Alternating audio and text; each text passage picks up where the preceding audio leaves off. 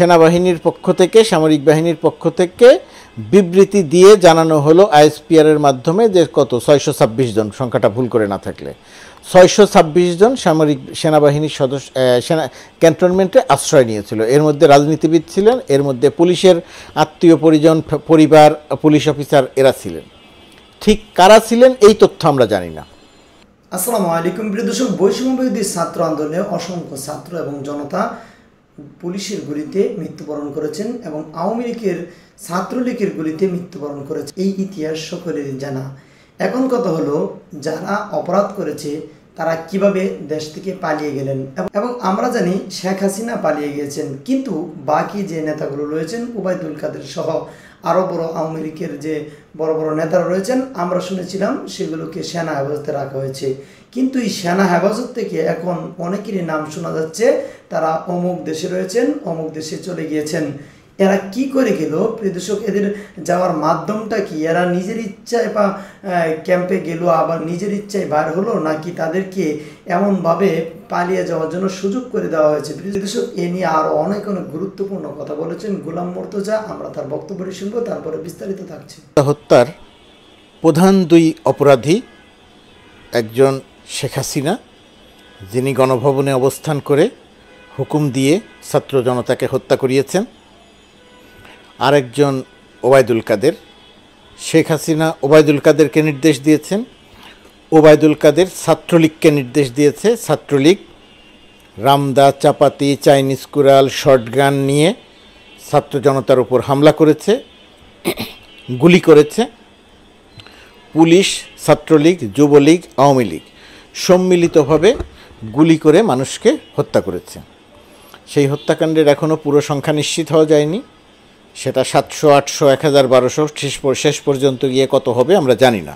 কাজ চলছে, কাজ শেষ হলে সুনির্দিষ্ট করে জানা যাবে কখন, কাকে, কিভাবে হত্যা করা হয়েছে। সেই পর্যন্ত আমাদের অপেক্ষা করতে হবে। কিন্তু এই জায়গাটিতে অত্যন্ত পীড়াদায়ক একটি ঘটনা ঘটে গেছে। সেই পীড়াদায়ক ঘটনাটি হচ্ছে যে এই ছাত্র জনতা হত্যার মূল যে দুই আসামি শেখ হাসিনা এবং ওবায়দুল কাদের, দুইজনই পালিয়ে গেছেন। শেখ হাসিনা কীভাবে পালিয়েছে সেটা আমরা জানি, কিন্তু ওবায়দুল কাদেরের কথা যেটা জানতাম যে ওবায়দুল কাদের পালাতে পারেনি, ওবায়দুল কাদের দেশের ভেতরে আছে। ধারণা করা হচ্ছিল যে কিছু সময়ের মধ্যে বা কয়েকদিনের মধ্যে তাকে গ্রেপ্তার করা হবে, কারণ তাকে গ্রেপ্তার করাটা খুব জরুরি ছিল এই কারণে যে, আবারও বলি, আগে বলেছি যে ওবায়দুল কাদের প্রথম ছাত্রলীগকে নির্দেশনা দিয়ে ছাত্র জনতার উপরে হামলা করিয়েছে, গুলি চালিয়েছে।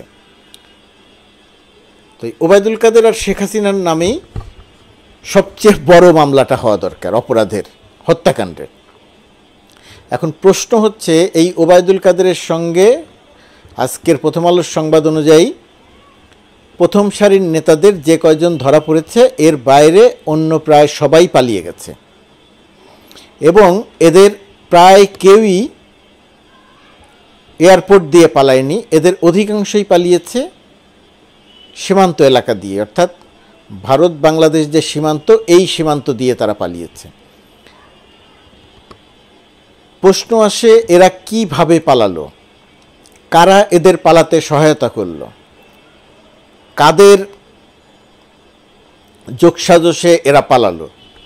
সেই প্রশ্নে যাওয়ার আগে আরেকটা প্রশ্ন খুব প্রাসঙ্গিক, কিন্তু এই প্রশ্নটা বাংলাদেশে আলোচনা হচ্ছে না। আমরা ভয়ের সংস্কৃতির মধ্যে থাকতে থাকতে আমরা যে সেলফ সেন্সরশিপ দ্বারা আক্রান্ত হয়েছি, সেই কারণেও সম্ভবত এই প্রশ্নটি তুলছি না।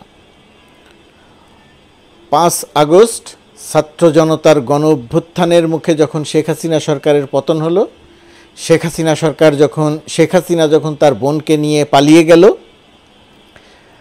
সেই সময় আওয়ামী লীগের এই নেতারা, পুলিশের বড় বড় অপরাধী অফিসাররা আত্মগোপন করল। পরবর্তীতে জানা গেল যে এদের অধিকাংশই আশ্রয় নিয়েছে ক্যান্টনমেন্টগুলোতে। শুধু ঢাকা শহরের ক্যান্টনমেন্ট নয়, ঢাকা শহরের ভেতরে, ঢাকার বাইরের ক্যান্টনমেন্টে তারা আশ্রয় নিয়েছে।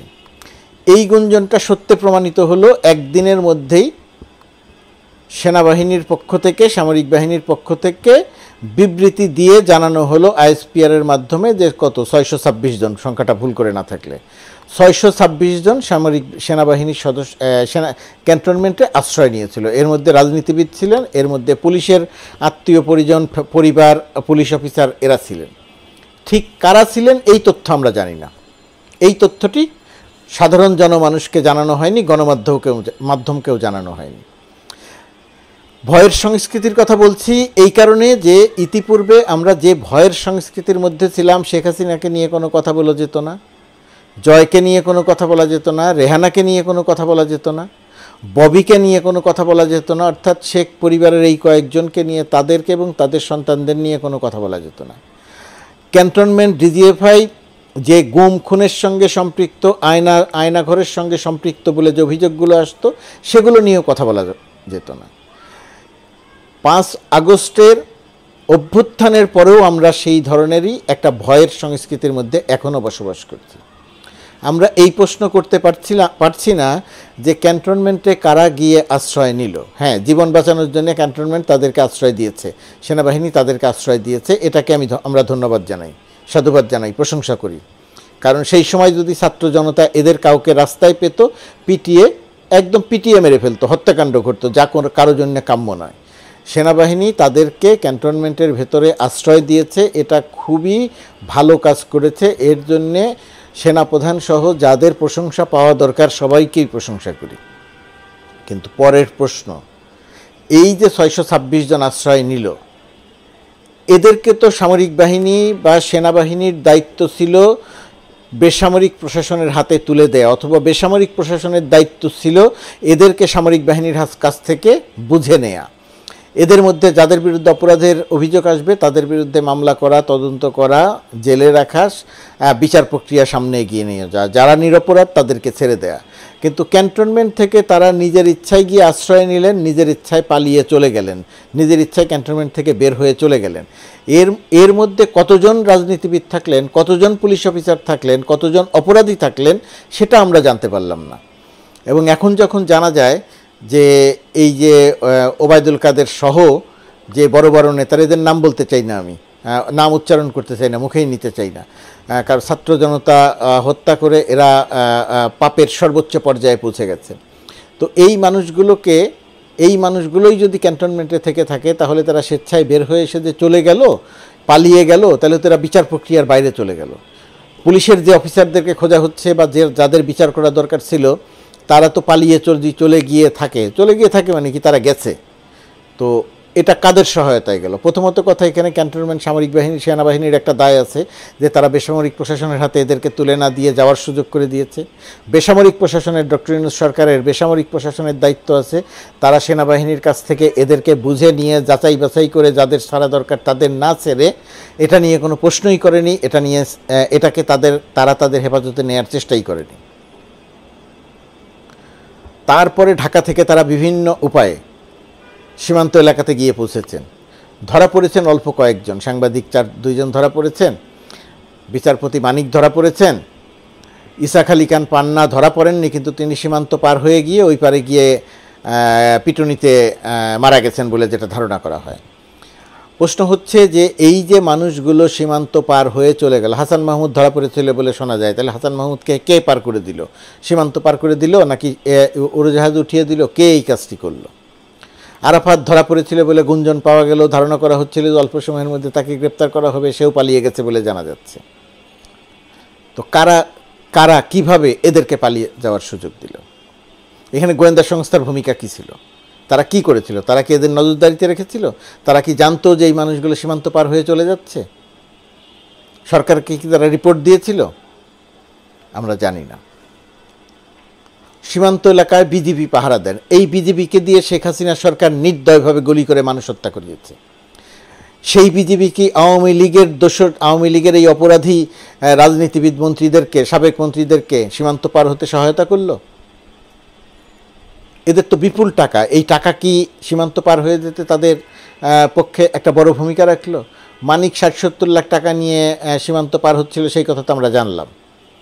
ইসাক আলী খান পান্নার কাছে 30-40 লাখ টাকা ছিল, সেই তথ্য আমরা জানলাম। কিন্তু আরও যারা সীমান্ত পার হয়ে গেল তারা আসলে কত লক্ষ টাকা নিয়ে গেল, কত লক্ষ টাকা ঘুষ দিল, কাকে ঘুষ দিল, পুলিশকে, বিজিবিকে, না কাকে, সীমান্ত এলাকার দালালদেরকে, কাকে ঘুষ দিল? বেসামরিক প্রশাসনের দায়িত্ব, সরকারের দায়িত্ব এই তথ্যগুলো উদ্ঘাটন করা। এত বড় অপরাধ করে তারা পার পেয়ে যাবে, শাস্তি হবে না, বিচার হবে না, গ্রেপ্তার হবে না, এটা মোটেই কোনো ভালো রেওয়াজ নয়। গণমাধ্যমের উচিত এখানে প্রশ্ন তোলা, যাদের বিরুদ্ধে অভিযোগ আসবে তাদেরকে নিয়ে প্রশ্ন তোলা, সরকারের দায়িত্ব যারা এর সঙ্গেই পালিয়ে যাওয়া প্রক্রিয়ার সঙ্গে সম্পৃক্ত তাদেরকে জবাবদিহিতার আওতায় আনা। সেটা যদি করা না হয় তাহলে এই যে আমরা এত কথা বলছি, মুক্ত বাংলাদেশ, স্বাধীন বাংলাদেশ, ভয়ের সংস্কৃতিবিহীন বাংলাদেশ, বিচারের বাংলাদেশ, সেটা কিন্তু কথার কথা হয়ে থাকবে। এটা যেন কথার কথা হয়ে না থাকে। যারা ধরা পড়ছেন তাদের যেন উপযুক্ত শাস্তি হয় যথাযথ মামলায়, ঢালাও মামলা যেন না হয়। যারা পালিয়ে গেছে তারা কাদেরকে ঘুষ দিয়ে, কাদেরকে টাকা দিয়ে, কাদেরকে সহায়তা নিয়ে পালিয়ে গেছে এটা বের করা দরকার।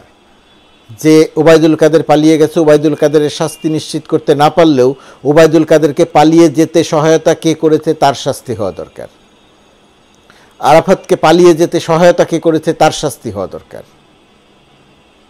এই যে প্রথম সারির আওয়ামী লীগের মন্ত্রীরা, নেতারা পালিয়ে চলে গেল, বিচারের বাইরে থাকলো, এটা আসলে কে, কারা, কিভাবে সহায়তা করলো, এর পেছনে কোটি কোটি টাকার লেনদেন হয়েছে কিনা সেটা অনুসন্ধান করা দরকার। এদের অপরাধ কী ছিল অবর্তমানেও, তাদের অবর্তমানেও নিশ্চিত করা দরকার, মামলা হওয়া দরকার, তদন্ত হয়ে বিচার প্রক্রিয়া সম্পন্ন হওয়া দরকার। এবং ইন্টারপোল সহ, ইন্টারপোলের যদিও সাফল্য বলতে কিছু নাই, তারপরেও ইন্টারপোল সহ যত রকমের ব্যবস্থা আছে এদেরকে ফিরিয়ে আনার উদ্যোগ নেওয়া দরকার, অন্তত চেষ্টা করা দরকার। শেখ হাসিনা পালিয়ে গিয়ে বেঁচে যাবেন, ওবায়দুল কাদের পালিয়ে যেয়ে বেঁচে যাবেন এত বড় হত্যাকাণ্ড ঘটিয়ে, এটা কোনো কথা হতে পারে না। আরাফাতের মতো এরকম একজন হত্যাকাণ্ডের সহযোগী পালিয়ে গিয়ে বেঁচে যাবেন, এটা কোনো কথা হতে পারে না। হাসান মাহমুদের মতো এরকম একটা অ্যাবনর্মাল মানুষকে মন্ত্রী বানানো হবে এবং হত্যাকাণ্ডের সাথে সম্পৃক্ত থেকে পালিয়ে গিয়ে বেঁচে যাবেন, এটা কত কথা হতে পারে না। নফেল, ওই যে মেয়র মহিউদ্দিনের ছেলে, সবচেয়ে বেশি ছাত্র জনতার উপর আক্রমণে ইন্ধন জুগিয়েছে। দেশের শিক্ষা ব্যবস্থা তো ধ্বংস করে দিয়ে গেছেই নফেল, আর এখন তিনি পালিয়ে গেছেন। এরও আবার বিদেশি পাসপোর্ট আছে, বউ বিদেশি, বিদেশি পাসপোর্ট আছে, শেখ রেহানার বিদেশি পাসপোর্ট আছে, এদের মধ্যে অধিকাংশেরই বিদেশি পাসপোর্ট আছে। তারা তথ্য গোপন করে মন্ত্রী হয়েছিল। আমরা বর্তমান সরকার, ডক্টর ইউনূস সরকারের কাছে সুনির্দিষ্ট করে বিচার চাই। ক্যান্টনমেন্টে যারা আশ্রয় দিয়েছিল, ভালো কাজ করেছিল, কিন্তু ছেড়ে কারা দিল, এই ছেড়ে দেওয়ার সঙ্গে অসৎ উদ্দেশ্য ছিল কিনা সেটা অনুসন্ধান করে দোষীদের বিরুদ্ধে ব্যবস্থা নেন। সীমান্ত পার হতে কোন দালালরা সহায়তা করেছে তাদের বিরুদ্ধে, তাদেরকে চিহ্নিত করে ব্যবস্থা নেন। বিজিবি তাদেরকে কিভাবে সহায়তা করেছে পালিয়ে যেতে, তাদেরকে চিহ্নিত করে ব্যবস্থা নেন। পুলিশ কিভাবে পালিয়ে যেতে সহায়তা করেছে তাদেরকে চিহ্নিত করে ব্যবস্থা নেন। এই ব্যবস্থাগুলো যদি না নেওয়া হয় তাহলে বাংলাদেশে যে ছাত্র জনতার বিজয়, ছাত্র জনতার যে উল্লাস, এই উল্লাস কিন্তু দীর্ঘস্থায়ী হবে না। নানা রকমের অরাজকতা করার চেষ্টা করবে, কারণ এদের কাছে শত শত কোটি টাকা আছে। এই শত শত বা হাজার কোটি টাকা ছড়িয়ে তারা দেশের ভেতরে অরাজকতা করার চেষ্টা করবে। এটা প্রতিরোধ করা, ব্যবস্থা নেওয়া বর্তমান সরকারের দায়িত্ব। আবারও বলি, ক্যান্টনমেন্টের থেকে তাদেরকে কেন ছেড়ে দেয়া হলো এবং কেন তারা পালিয়ে গেল, তাদেরকে ক্যান্টনমেন্ট কর্তৃপক্ষ কেন বেসামরিক বা সরকারের কাছে হস্তান্তর করলো না, এই প্রশ্নটি গণমাধ্যমের তোলা দরকার। এই প্রশ্নটি সরকারের ভেতরে যারা আছেন তাদের তোলা দরকার। যারা এই প্রক্রিয়াটি সম্পন্ন করেনি তাদেরকে জবাবদিহিতার আওতায় আনা দরকার। আমরা এখনও ভয়ের সংস্কৃতিতে থাকতে চাই না। যে প্রশ্নটি সামনে আসবে, যে প্রশ্নটি মনে আসবে, সেই প্রশ্নটি আমরা করতে চাই, এবং শুধু প্রশ্নই করতে চাই না, যাদের উদ্দেশ্যে প্রশ্ন করা বিশ্বাস করতে চাই যে তারা সেই প্রশ্নের যথাযথ যুক্তিসঙ্গত জবাব দেবেন। জবাব না দিতে পারলে যারা এর সঙ্গে সম্পৃক্ত থাকবেন তাদের শাস্তি। প্রিয় দর্শক, আপনারা শুনছিলেন গোলাম মর্তুজার কথাটি এবং বুঝতে পেরেছেন যে এই যে নেতাকর্মীরা আওয়ামী লীগের পালিয়ে গেল এবং সেনা হেফাজতে যারা ছিল, যারা সেনাবাহিনীর হেফাজতে থাকার পরে তারা অপরাধ সাব্যস্ত হওয়ার পরেও তারা কিভাবে দেশ থেকে পালিয়ে গেল, তারা কিন্তু এয়ারপোর্ট দিয়ে যাননি, বরং সীমান্ত পাড়িয়ে গেলেন। এই যে সীমান্ত পাড়িয়ে যাওয়া আমরা দেখি ভারত থেকে যখন কয়দিন পরে পরেই এমন খবর আসে যে ভারতের সেনাবাহিনীর হাতে, যে ভারতের সীমান্তে আমাদের বাংলাদেশের তরুণী মৃত্যু, ভারতের সীমান্তে আমাদের বাংলাদেশের অমুক ভাই মৃত্যু, অমুক মা মৃত্যু, বোন মৃত্যু, এরকম খবর শুনি যে তারা সীমানা ক্রস করলে কিন্তু ভারতের যে বর্ডার গার্ড রয়েছেন তারা কিন্তু ক্রস ফায়ার করে। আর বাংলাদেশ থেকে এত এত নেতাকর্মী, 600-র মতো নেতাকর্মী বর্ডারে দিয়ে পার হয়ে গেলেন, আর সেই নেতাকর্মী দিয়ে কারো উদ্দেশ্য পাওয়া গেল না। যদিও আমরা একজনের খবর পেয়েছি, এটা হয়তো ইচ্ছা করে তারা এই খবরটা দিয়েছে এবং বা ইচ্ছা করে তাকে হত্যা করা হয়েছে আমি মনে করি। আর বাকি এই যে 599 জন তারা কিভাবে গেল এবং তাদের কোন প্রক্রিয়ায় তাদেরকে পাঠানো হলো সেটা কিন্তু আমাদের এখনও অজানা। তবে প্রিয় দর্শক, আমি মনে করি এখনও বিভিন্ন বাহিনীর ভিতরে আওয়ামী লীগ বাহিনী অংশগ্রহণ করছেন এবং আওয়ামী লীগ বাহিনী রয়েছেন। অতএব আমাদের এই আওয়ামী লীগ বাহিনীকে যতদিন পর্যন্ত ছাঁটাই না করতে পারবো ততদিন পর্যন্ত পরিপূর্ণ একটি দেশ গড়ার স্বপ্ন দেখার কোনো সুযোগ নেই। শুধু স্বপ্ন দেখিয়ে যাব, গড়তে পারবো না। তবে আমি আবারও বলবো, এই ভিডিওতে আমি বলবো, আগেও বলেছি, আওয়ামী লীগের যারা আছেন, যারা মাঠ পর্যায়ে ছোটো ছোটো নেতাকর্মী রয়েছেন, অর্থাৎ যারা ক্ষমতার লোভে অথবা চাকরির ভয়ে অথবা নিজেকে সেভ করার জন্য আওয়ামী লীগে যোগদান করেছিলেন, আসলেও আপনারা মানুষ চোষা নয়, অর্থাৎ মানুষকে রক্ত চুষে খাওয়ার মতো চরিত্র আপনাদের নয়। আপনারা দল ত্যাগ করেন এবং স্বাভাবিক জীবনে ফিরে আসেন।